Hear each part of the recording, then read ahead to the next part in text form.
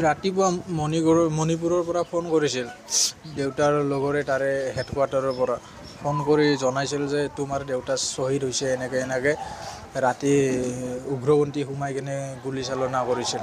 উগ্ৰপন্থী ক'ত ওলাইছিল? সিহঁতৰ কেম্পত সোমাই কিনে গুলীচালনা।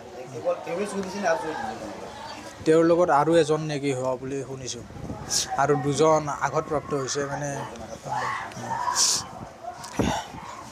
তোমাৰ দেউতা ইয়াতে কেতিয়া আহিছিল? ঘৰত কেতিয়া আহিছিল? ঘৰৰ আজিৰ পৰা 3 মাহমান আগতে এবাৰ আহি গৈছিল, 15 দিন মানৰ ছুটীত আহিছিল।